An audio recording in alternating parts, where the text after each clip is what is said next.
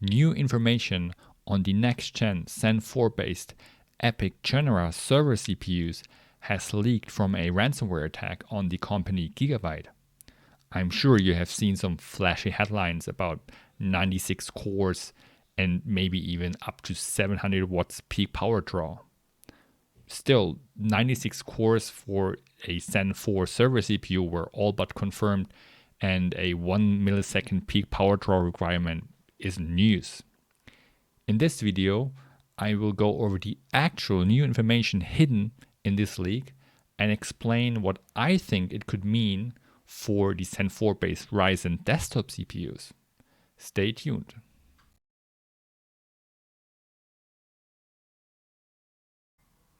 Twitter user Kitty has tweeted some of the more interesting slides from this leak.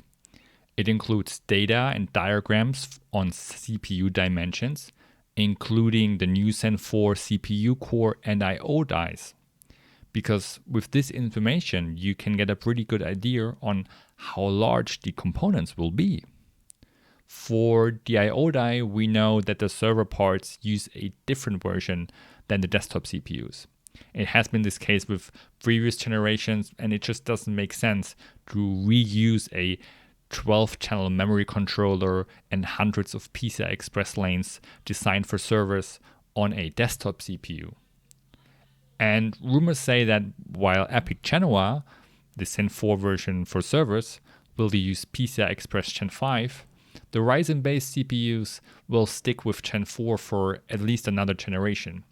So there will definitely be a new I/O die in the desktop version of Zen4. But where it starts to get interesting is when we take a look at the CPU core die, because these will be the same on server and desktop CPUs. That's the whole idea behind AMD's chiplet approach. Design one single chip and just reuse it for all other versions. Just mix and match as needed. The server CPUs will get up to 12 of those CPU chiplets, and with 8 cores in each, we get to those crazy 96 core numbers. The desktop CPUs will most likely stick with a maximum of up to 2 chiplets, giving us again 16 cores in desktop. No change there. Where it gets interesting is when we take a look at the dimensions listed for the CPU core chiplets. The leak says they are 10.7 millimeters times 6.75 millimeters, which means that a Zen4 CPU core die will have a die size of around 72 millimeters squared. This is pretty close to the die size of previous Zen2 and Zen3 chiplets, with Zen2 sitting at 74 millimeters squared and Zen3 at 81 millimeters squared, both being produced in TSMC's 7nm process. Zen4, on the other hand, is a 5nm design. TSMC claims up to 20% faster speeds or 40% power reduction compared with 7nm, but more interesting is the increase in density. How much more transistors can 5nm cram into each square millimeter? According to TSMC, the 5nm logic density is 1.8 times that of 7nm. This is a pretty huge jump in density.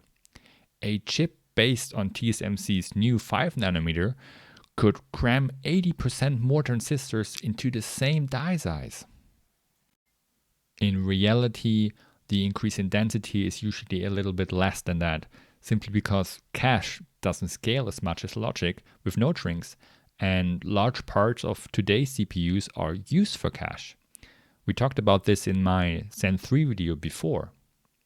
And because logic scales better than cache with new smaller nodes, Zen4 will become even more cache heavy, meaning even more die space will be allocated to cache, since the logic part gets smaller and smaller with each die shrink, and the cache just can't keep up.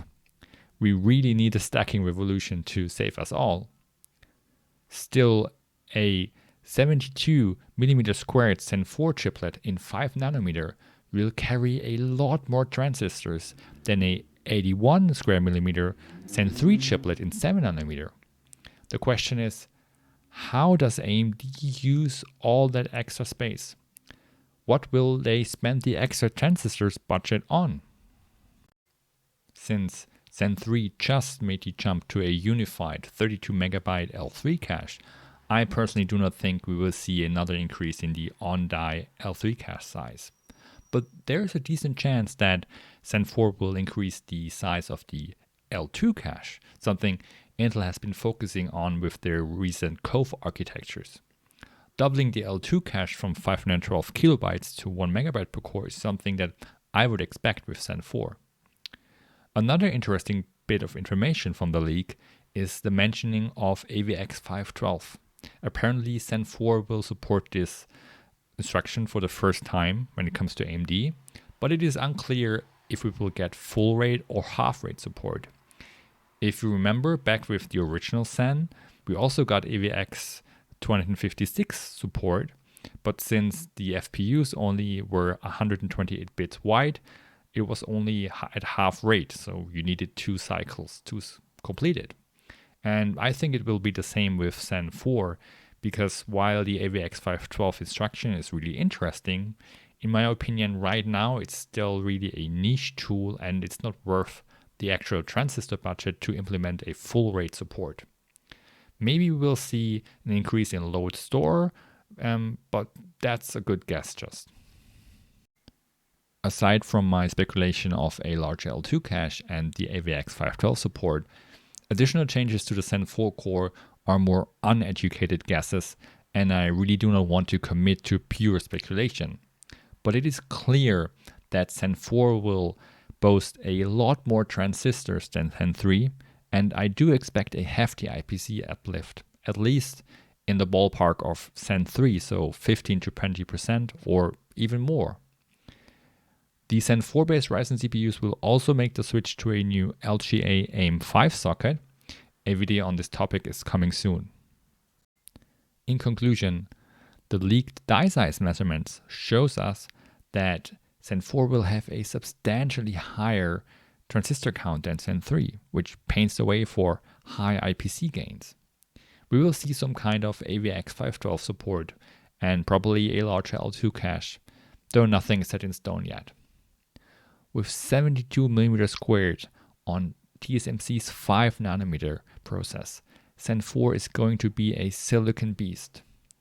A Zen4 die with just 60mm squared size would have painted a completely different picture than what we know now is a fact. By just looking at the core numbers or power draw, people overlook the most important part of this leak: the actual data that could give us information on how big Zen4 is actually going to be. Are you guys hyped for Zen4, or are you more focused on the closer releases like Alder Lake or Zen 3D? Do you think AMD can keep their streak with Zen4 going and deliver another unbeatable design?